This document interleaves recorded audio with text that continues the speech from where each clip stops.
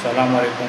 मैं Naeem Sarwar Dream Sunshine Digital में मैंने भी अपना खुद का पैसा लगाया हूँ, मेरी फैमिली का, मेरे रिलेटिव का, मेरे फ्रेंड्स का। लेकिन एक भरोसे पे मैं भी लगाया हूँ पैसा। मुझे भरोसा था कि अमानत अली अंसारी वो जो भी बिज़नेस कर रहे हैं वो कभी भागेंगे नहीं। बाकी बिजनेस लॉस फ़ायदा ये तो चलता रहेगा, लेकिन वो कंपनी को या लोगों को ऐसा धोखा दे के भागेंगे नहीं। लेकिन वो भाग चुके हैं मतलब भाग गए। लेकिन उनके ऊपर जो भरोसा करते थे वो अपने रिलेटिव फ्रेंड्स के पैसे उनके पास दिए थे, जो नज़दीक से जानते थे उनको लगा वो कभी भागेंगे नहीं। अब लोग जो हैं अभी अहमद अली अंसारी भाग गए तो लोगों के दिमाग में आया कि इनको पकड़ो, उनकी फैमिली को मारो, ये करो। इसकी वजह से जो उनके नज़दीक में लोग उन पर भरोसा करते थे, लोगों को लाते थे, दोस्तों का रिलेटिव का पैसा उनके पास देते थे, वो घबरा के नहीं आ रहे। कोई भागा नहीं है।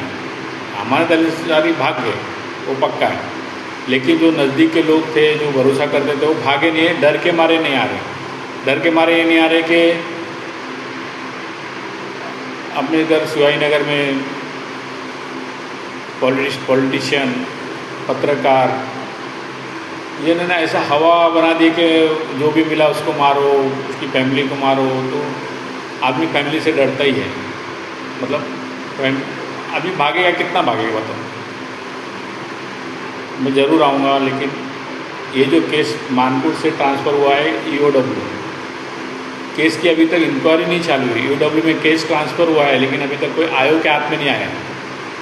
जिस दिन आयोग के हाथ में आएगा तो मैं खुद आऊँगा और उस आयोग की जो भी पुलिस वाले रहेंगे उनकी मैं 101% जो मेरे से हो सकेगा पूरी मदद करूँगा। कंपनी के बारे में मतलब कंपनी क्या करती थी, क्या करने वाली थी, कंपनी के एसेट्स किधर है, कंपनी का पानी बनाने की फैक्ट्रियाँ किधर है, कंपनी के पास लॉरीज कितनी है और कौन क्या बता सकता है, वो मैं सब आयोग को नॉलेज दूंगा।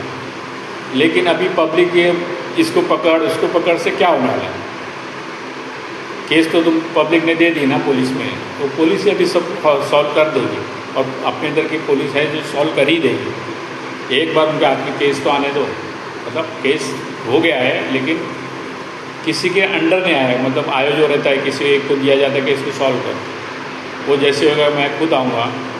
और जो अफवाह हुई है कि अहमद अली अंसारी ने रात को सब एजेंटों को पैसा बांटे और बहुत बड़ी पार्टियाँ किए और बिरयानी चले गए, लेकिन ऐसा नहीं है। संडे की रात को अहमद अली अंसारी हम 15-16 लोगों के साथ बैंगनवाड़ी सिग्नल पे एक होटल है, चेदिया होटल है, एक भट्टियार खाना है लेकिन अच्छे क्वालिटी का है। वहाँ मिलकर हम लोग ने खाना खाया। खाना तो देखो खाता ही आदमी रात को, तो भट्टियार खाने में हमने खाना खाया, चाय पिए। और अहमद अली अंसारी जो बोल रहे थे कि सुबह हम मंडे को मतलब उसी रात को सुबह 10 बजे से रात को 10 बजे तक पैसा बांटेंगे। मैंने उनसे पूछा पक्का बांटेगा ना 10 से 10? तो वो बोले हाँ। तो अभी हमको ऐसा लगा ही नहीं कि वो सुबह भाग जाएंगे। ऑफिस खुली, सुबह 10 से खुल गया ऑफिस, लेकिन अहमद अली अंसारी ऑफिस ही नहीं आए। 11 बज गया, 12 बज गया, 1 बज गया, 2 बज गया। अभी लोग तो फ़ोन करते हैं। अभी मेरे को भी फ़ोन आना चालू हो गया, तो मैंने भी एक फ़ोन उठाया अपने दोस्त का, तो उन्होंने बोले अरे अहमद अली अंसारी का दरवाज़ा लॉक है और वो ऑफिस भी नहीं आए। लॉक है ये वर्ड सुना तो मैं समझ गया कि अभी ये मामला गड़बड़ है, मतलब भाग गए। अब भाग गए तो देखो पब्लिक, इतनी सारी पब्लिक आई हुई थी, तो जितने एजेंट जो नज़दीक के लोग थे जो कंपनी के ऊपर भरोसा करके पैसा लगाते थे वो घबरा गए, सब घबरा गए। इतनी पब्लिक मतलब क्या क्या बोल रहे थे, इसको पकड़ो उसको मारो, तो लोग घबरा के चले गए। कोई भागा नहीं है। याद रखो, जैसी केस चालू होगा ना सब आएंगे रेट। सबसे पहले मैं ही आऊँगा और वो आयोग की फुल 100% मदद करूँगा कि केस जल्द से जल्द सॉल्व हो और पब्लिक का पैसा उनको रिटर्न मिले। लेकिन उसके लिए एक और है कि हमारा तो लेंसर भी मिलना चाहिए।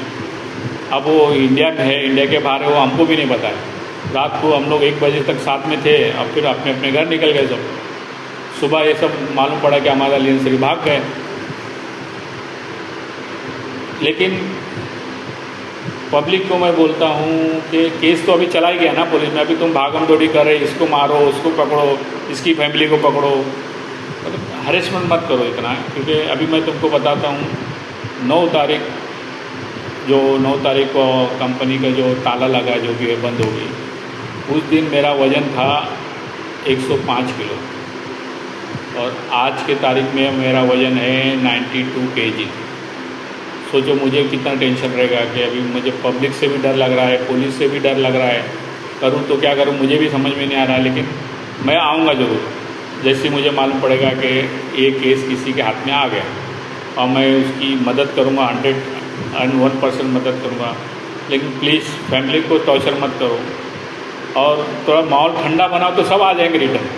लेकिन माहौल इतना गर्म बना के रखे कि किसी को आने का भी रहेगा तो आजू बाजू वाले पहचान वाले इतना डरा दे रहे कि आओ मत, ऐसा हो रहा है वैसा हो रहा है, इसके लिए लोग आ नहीं पा रहे। लेकिन जैसे आयोग के हाथ में केस आएगा कोई, तो मैं पहला आऊँगा, क्योंकि मेरे को जितना नॉलेज है कंपनी के बारे में, मैं के शुरुआत से हूँ उनके कंपनी में साथ में, क्योंकि कंपनी पे मेरे को पूरा भरोसा था। तो मुझे मालूम है कि कंपनी मतलब क्या करती थी, कि उसकी कहाँ असेट्स है, कहाँ उसके गोदाम है, कितनी गाड़ियाँ है, कितनी लॉरी है, वो सब मैं बताऊंगा। वो पुलिस का बाकी आगे काम है, पुलिस तो सब ढूंढ के निकालती, वो मुंबई पुलिस है, कोई इससे कुछ छुपा नहीं सकता। प्लीज़ लेकिन ये ख़त्म करो अभी, ये इसको पकड़ो, इसको मारो, ये करो, पुलिस में केस है वो होगा सॉल्व। अभी तो ऐसा टॉर्चर रहेगा तो फिर आदमी डर के मारे नहीं आएगा। अभी हर एक को आना है उधर, लेकिन कैसा आएगा बताओ? लोग इतना डरा रहे हैं, लोग क्या हमारे खुद के फैमिली वाले डरा रहे कि आओ मत, ये ढूंढ रहा है, वो ढूंढ रहा है, वो मार देगा। तो ज़रा सोचो, खाली बनता तो आप भी मालूमात कर लो, अपने वकील से मालूम कर लो कि केस EOW में गया है लेकिन किसी के हाथ में नहीं आया। जो एक आयोग सेलेक्ट होता है ना कि ये केस को हैंडल करेगा, अभी तक नहीं हुआ। जिस दिन ऐसा होगा कि हैंडल हो गया, देखो अभी इंस्टाग्राम है, व्हाट्सअप है, इसमें से मालूम पड़ ही जाएगा। ये जिस दिन मालूम पड़ा कि ये आयोग के हाथ में आएगा, मैं खुद आ जाऊँगा उधर और मैं उस आयोग की पूरी मदद करूँगा ये केस सॉल्व करने में। बाकी कोई फैमिली को टॉर्चर मत करो। देखो फैमिली, जो भी फैमिली रहती है वो चाहती है कि उसके घर वाले सेफ रहे, बाकी तुम लोग की मर्जी। अल्लाह हाफ़िज़।